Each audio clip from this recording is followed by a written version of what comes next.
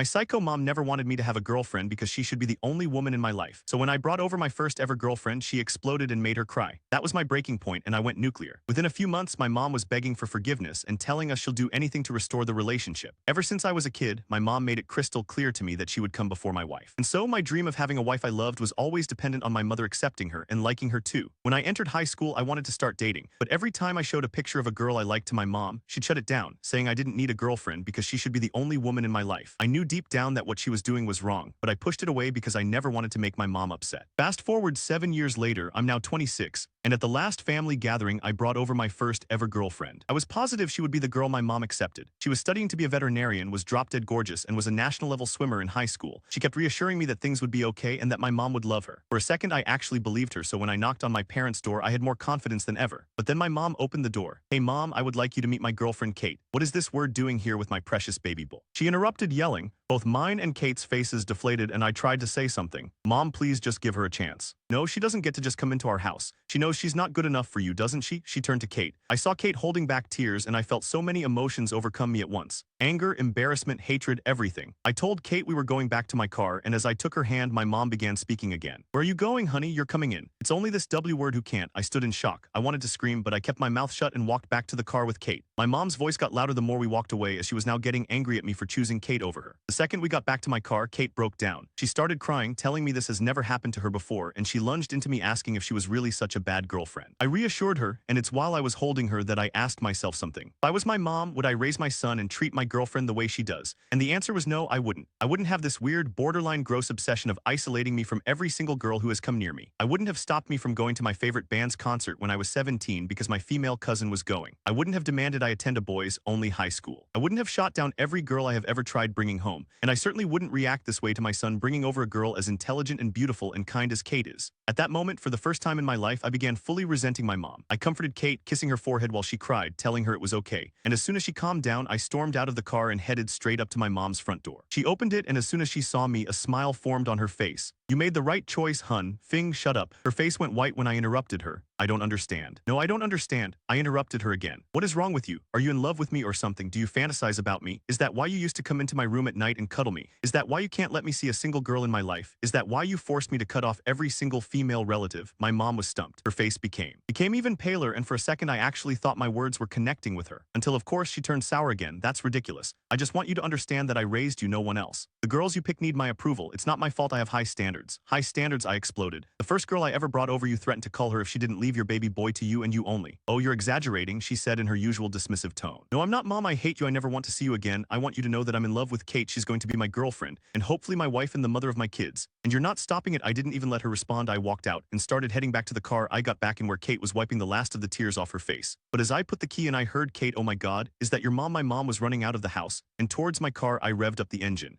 Fast as I could, but it wasn't fast enough. My mom was by the window and she was punching it, screaming at me to roll it down. But I didn't. I just started driving. On our way home, I was furious. My mom kept calling me. Kate was telling me she's sorry for embarrassing me and asking me if I was sure I still liked her. But all the noise around me simply came in one ear out the other, because I was going to have a relationship with Kate and I was going to make my mom back off. But then it hit me. I hadn't really dealt with her at all yet. The situation with my mom was far from over. And Kate seemed to sense my anxiety as we drove back to my apartment. "Your mom needs serious help, Matt," she said quietly, squeezing my hand as we pulled into my parking spot. I nodded, still seething with anger, but also feeling an unexpected wave of guilt wash over me, not for standing up to my mom, but for allowing her behavior to continue unchecked for so many years. Once inside my apartment, Kate and I collapsed onto the couch, emotionally drained from the confrontation. My phone continued to buzz incessantly with notifications from my mother, who had now escalated to sending rapid-fire text messages, ranging from guilt-tripping. "How could you do this to me after everything I've sacrificed?" to outright threats about what she'd do if I chose that woman over her. I finally muted my phone and tossed it aside, pulling Kate closer to me as she rested her head on my shoulder. We sat in silence for a while before Kate suggested that I might benefit from talking to someone professional about my relationship with my mom. "This isn't normal, you know that, right?" she whispered, and I nodded, the reality of my upbringing becoming clearer with each passing moment. That night, neither of us slept well. Kate was still processing the verbal assault she'd endured, and I kept waking up from nightmares where my mother was chasing us through endless hallways. By morning, I had 47 missed calls, 29 voicemails, and over 100 text messages, all from my mom. Most disturbing was her final message sent at 4:27 a.m. "I'm coming over to talk sense into you. That girl has poisoned your mind against me." I immediately called my dad, who sounded exhausted when he answered. "Your mother didn't come home last night." He sighed, and I felt my stomach drop. "She's been driving around looking for your place. I tried to stop her, but you know how she gets." I thanked him quickly and hung up, rushing to lock all the windows and doors, while Kate watched with growing concern. We should call the police, she suggested, but I hesitated, not wanting to escalate the situation further. That hesitation proved costly when less than 20 minutes later, frantic pounding shook my front door. Matthew James Wilson, open this door right now. My mother's voice echoed through the apartment. Kate froze mid-step, her eyes wide with fear, and I motioned for her to stay back while I approached the door cautiously. Through the peephole, I could see my mother's distorted face, her eyes wild, and her hair disheveled as she continued pounding. Mom, you need to leave, I called through the door, trying to keep my voice steady. I told you yesterday I'm not discussing this anymore. Her response was immediate and chilling. If you don't open this door in 5 seconds, I'm calling the police and telling them your girlfriend attacked me. I looked back at Kate, who was already dialing 911 on her phone, nodding at me to keep my mother talking. Moms, you need help, I said firmly. And this behavior isn't normal. You can't threaten people and stalk me to my apartment. The pounding suddenly stopped, and for a moment I thought she might have left, but then I heard a jingling sound that made my blood run cold. Keys. With horror, I remembered that my parents had a spare key to my apartment from when they helped me move in. I lunged for the deadbolt just as my mother was inserting her key in the lock, managing to secure it before she could enter. Her scream of frustration pierced through the door as she resumed her assault on the wood. You ungrateful child, after everything I've done for you. Kate was speaking quietly but urgently into her phone, giving my address to the emergency dispatcher and explaining the situation. I backed away from the door as my mother's tirade continued, her threats becoming increasingly bizarre and disturbing. I'll tell everyone what you did to me when you were 13, she shrieked, making me frown in confusion. I had no idea what she was referring to, but the implication was clearly meant to be threatening. 10 excruciatingly long minutes later, we heard sirens approaching and my mother's ranting abruptly ceased. From the window, I watched as 2 police officers approached her in the hallway, speaking calmly, while she gesticulated wildly toward my door. When they knocked, I opened it cautiously, keeping the chain on as I explained the situation. My mother immediately launched into tears, playing the role of concerned parent with an Oscar-worthy performance. My son's girlfriend has been manipulating him, she sobbed to the female officer who regarded her with professional detachment. She's isolating him from his family who loves him. The officers separated us, one speaking with my mother in the hallway while the other interviewed Kate and me inside the apartment. I showed the officer the barrage of texts and calls, explained the confrontation from yesterday and how my mother had shown up unannounced at my apartment, threatening to make false allegations. The officer, a steady-eyed man named Peterson, listened carefully before sighing. Family situations can be complicated, he said diplomatically, but what you're describing sounds like harassment. Would you like to file a restraining order? I hesitated, looking at Kate, who gave me an encouraging nod. Yes, I finally said, feeling both relieved and heartbroken. I think that's necessary at this point. What followed was an exhausting bureaucratic process of statements, paperwork, and court appearances. My mother fought the restraining order viciously, hiring an expensive lawyer who painted her as a loving mother, concerned about her son's well-being. Fortunately, her erratic behavior during the proceedings, including an outburst where she called the female judge a homewrecker who probably stole someone's husband, only strengthened my case. The judge granted a 1-year restraining order, requiring my mother to stay at least 500 feet away from both me and Kate. My father called me that evening, sounding more defeated than I'd ever heard him. Your mother's not well, Matt, he said softly. She's refused to admit it for years, but this might finally be the wake-up call she needs. He explained that he'd convinced her to see a therapist, though she maintained it was only to prove how that girl had brainwashed me. In the weeks that followed, Kate and I settled into a strange new normal. Without my mother's constant interference, I discovered parts of myself I never knew existed, interests and opinions that had been suppressed by her controlling influence. Kate was incredibly patient, encouraging me to explore these newfound aspects of my personality while also suggesting I might benefit from therapy myself. I resisted at first, still carrying the stigma my mother had always attached to mental health support, but eventually agreed to try a session. Dr. Raymond, a calm-voiced man with kind eyes, helped me understand concepts like emotional incest and covert narcissism that perfectly describe my relationship with my mother. What you're experiencing is grief, he explained during our 3rd session. Not just for the healthy relationship you never had with your mother, but also for the parts of yourself you weren't allowed to develop. Those words resonated deeply, and I found myself crying unexpectedly in Kate's arms that night, mourning the childhood and adolescence I should have had. 6 months into the restraining order, my father called with surprising news. My mother had been diagnosed with borderline personality disorder and was taking medication along with attending twice-weekly therapy sessions. She's different, Matt, he said cautiously. Not completely changed, but she's starting to recognize her behavior was inappropriate. I remained skeptical but agreed to receive periodic updates about her progress. Kate and I grew closer through the ordeal, our relationship strengthened by the challenges we'd faced together. On our 1-year anniversary, I proposed during a quiet dinner at home, having asked her parents for their blessing the week before. Her father had pulled me aside afterward, gripping my shoulder firmly. You've shown real courage standing up to your mother, he said. That tells me everything I need to know about how you'll treat my daughter. We decided on a small wedding, inviting only close friends and family, including my father, who came alone. My mother had been informed of the engagement but respected the restraining order by sending a card with a surprisingly thoughtful message. I'm working on myself so that someday I might earn back the privilege of being in your life. Congratulations to you both. The wedding day itself was everything we could have hoped for, a celebration unmarred by drama or tension. Kate was radiant in her simple white dress, and I couldn't believe my luck as we exchanged vows beneath a canopy of autumn leaves. During the reception, my father approached us with a gift box and an envelope. Your mother wanted you to have this, he explained, handing me the envelope first. She wrote it with her therapist, and they both signed it to show it was part of her treatment. Inside Inside was a 3-page letter containing something I never thought I'd see, a genuine apology. My mother acknowledged her inappropriate behavior, took responsibility without excuses, and expressed hope for eventual reconciliation while respecting our boundaries. The gift box contained a family heirloom, my grandmother's watch that my mother had always refused to part with. A gesture of letting go, my father explained, his eyes misty. After our honeymoon, I agreed to a carefully controlled meeting with my mother in her therapist's office. The woman who greeted me bore little resemblance to the wild-eyed creature who had pounded on my door nearly 2 years earlier. She was subdued, speaking carefully and respecting my personal space. I know I can never undo the harm I caused, she said, hands clasped tightly in her lap, but I'm committed to being better for myself and for any relationship we might rebuild in the future. It was the first of many monitored sessions, gradually transitioning to short coffee meetings with strict boundaries.